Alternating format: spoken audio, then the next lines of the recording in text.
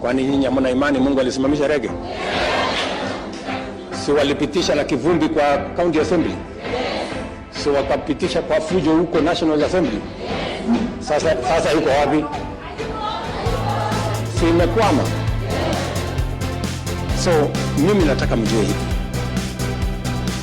nataka tuelewane, kwa sababu hata mpaka saa hizi bado hawana aibu ya kwamba walisambaratisha agenda ambayo ingepatia vijana kazi, ambayo ingesaidia mkulima apate mapato zaidi, ambayo ingesaidia mwananchi apate vile ya kulipa gharama ya hospitali, wakijaribu kutuambia ya kwamba priority ni kubadilisha katiba, wapate vyeo na wagawane mamlaka. Good morning to you viewers. I hope you're fine wherever you are. Welcome to Talk to Africa.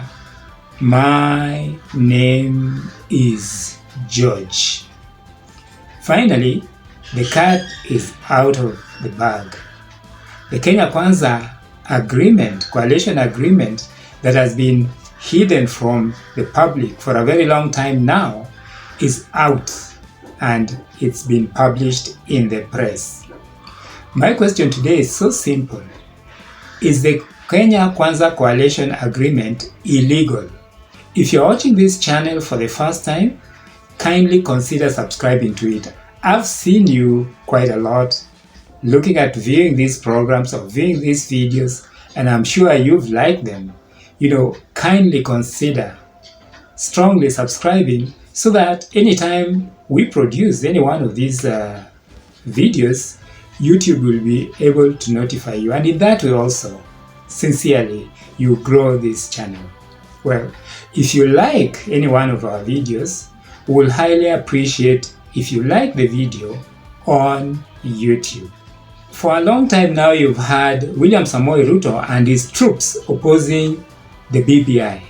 They have been so vocal, very vocal, in terms of saying that their coalition is not about sharing positions. However, to the surprise of many people, today from the leaked agreement of Kenya Kwanza coalition, they are actually sharing position. Let me just play you a clip of what they've been talking about regarding positions. Ingesaidia mwananchi apate vile ya kulipa gharama ya hospitali, wakijaribu kutuambia ya kwamba priority ni kubadilisha katiba, wapate vyeo na wagawane mamlaka.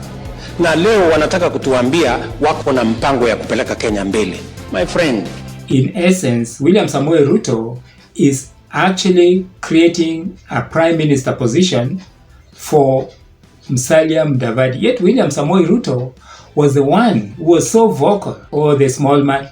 What? So basically what these people say is just like, really, let me not say. William Samoei Ruto will create a position not even by amending the constitution, but doing something that is in itself, in the first place, illegal, by actually creating an office that is unconstitutional. You see, if you create the office of the Prime Minister via a gazette, or rather by executive order, which he says he will do in 14 days, in essence what you've done, you've actually broken the law. And the supreme law of this country is the Constitution of Kenya. By the way, this is the same William Ruto who was opposing BBI, is the same William Ruto who opposed the Constitution that he is enjoying today. And for that reason, his office is actually anchored in the Constitution, whereby he can do anything and he cannot resign or he cannot be fired as the president. What kind of hypocrisy is this? William Samoei Ruto now wants to break the law further by creating an office essentially of the Prime Minister. Talking of which, they have been opposed to actually Matiang'i coordinating functions of government. What a contradiction. These are the same politicians that we are talking about regarding the elections that are coming just in a few months' time, well, in a few days' time, because it's under 85 days to the best of my calculation. Let me walk you through the structure itself of this coalition agreement. The structure actually has the presidential candidate as being from UDA, and that will be William Samoei Ruto. You have the deputy president also from UDA, William Samoei Ruto's party, not the coalition parties, who is basically, we think, will come from Mount Kenya, but we think it's going to be Professor Kindiki, who actually drew this particular agreement. And then you have what they've shared is the office of you have now the office of the Prime Minister, who will be Musalia Mudavadi if they go into government. That office is the office that William Samoei Ruto wants to create, calling it a Chief Cabinet Minister position, wants to create by actually doing an executive order.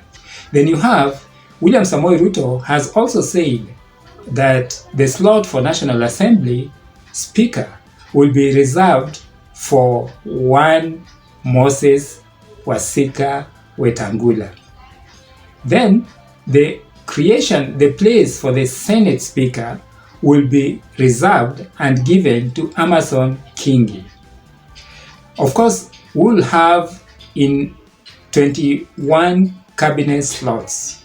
And out of those 21 cabinet slots, one is that one of the Prime Minister, Musalia Mudavadi. It's not legal, then Musalia Mudavadi has just been conned as well. By the way, talking of conning people, you cannot, in an agreement, go against the Constitution by actually agreeing to give the position of the National Assembly Speaker to Wetangula, yet actually we know very well that the position of a speaker can only come from as in an election in Parliament and by the majority of MPs. And that also goes to the position of the Senate Speaker. So you see, by William Samoei Ruto and Kenya Kwanza promising the speaker positions is either conmanship or is something that we just don't know, because there's no provision of the law where you dish out those seats. There's a balance between the executive and parliaments, you see. And this is what they've been going around talking to us about, all the hulabaloo that you're saying, you know, the executive is interfering with parliament, and now they are interfering with parliament. If they are elected, it means the executive will have interfered or rigged parliament in advance. Now, William Samoei Ruto also goes further by saying that they will do 1,000 kilometers of road in Western. You know, they will bring up stall projects in Western. They will actually attend to priority projects in Western. They will give, that is, they will give 30% of government to Moses Wetangula and Musalia Mudavadi. That means 30%, if you're talking about the cabinet ministers only, 30% means 6.3 ministers out of 21 ministers. You know, 6.3 actually is actually should change them there, because 6.3 is, if you round up, that would be 7 cabinet slots, you know, but well, they've agreed on 6 cabinet slots. So you see, well, if he is giving 30% of government to Moses Wetangula and Musalia Mudavadi, it means that he himself may retain 60 or 50% of government. So if he takes 50% of government, Moses Wetangula and Musalia Mudavadi take 30% of government, that is already 80% of government. So if you give 80% of government to yourselves, that means you have 20% of government to give to the rest of Kenya. That is the structure of the leaked Kenya Kwanza agreement, actually showing us the positions that Kenya Kwanza and William Samoei Ruto will actually dish out, you know, if Kenya Kwanza forms government. Kenya Kwanza and William Samoei Ruto expect that Musalia Mudavadi and Wetangula will get 70% of votes in Western Kenya to be able to get that. Well, there's nothing wrong with giving a higher target. It could be a challenge for Musalia Mudavadi and Wetangula to do that.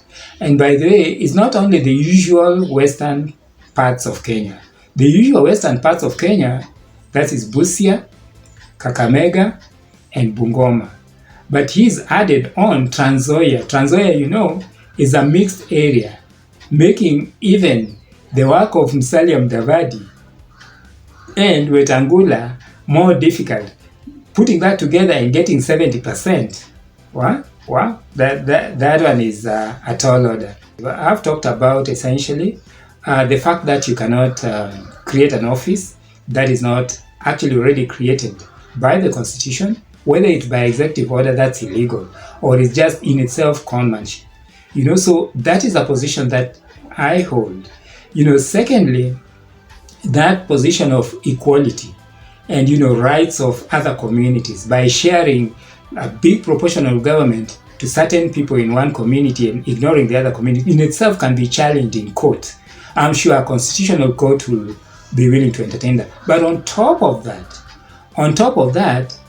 basically appointments are done on merit. And dishing them out this way, I don't know about that. And even worse, doing it before even the government has been really elected, I'm not very sure about that. The only thing that I'm quite happy about is the giving a job description to the office of the deputy president. That was a good thing in that agreement, which basically is there. Well, I'm not saying that this issue of giving positions in itself is bad. It is just that William Samoei Ruto, it shows hypocrisy on the part of William Samoei Ruto, because he was talking about Kenya Kwanza as being, they are caring about Mama Mboga, mtu wa pikipiki, boda boda, So the Mama Mboga and the boda boda guys are actually Mudavadi and Moses Wasika Wetangula. There are some stats that have actually come out of, I think they carried in Standard newspaper, where actually it's Raila Amolo Odinga and William Samoei Ruto have been polled, and each one of them is getting 42% of the total voting. So they have actually tied. They've tied, and this is what we've been saying, that in our view and in my view, this election will basically be a photo finish. But that again, it'll be a photo finish. Let's wait and see how the Azimio coalition holds that three-legged stool of Kalonzo Musyoka. The other thing I would like to say is that we are going to have, our next video is going to be on wash. What is wash? What is all this wash business? The Minister for Interior, Cabinet Secretary Matiang'i, mentioned that if Kenyans are not careful, 40% of the people who will be elected in parliament will basically be wash. What is wash? How does it affect the economy?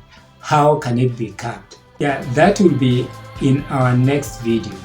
But our question today is, Kenya Kwanza Coalition Agreement illegal? Thank you very much for tuning in. Welcome to Talk to Africa. My name is George.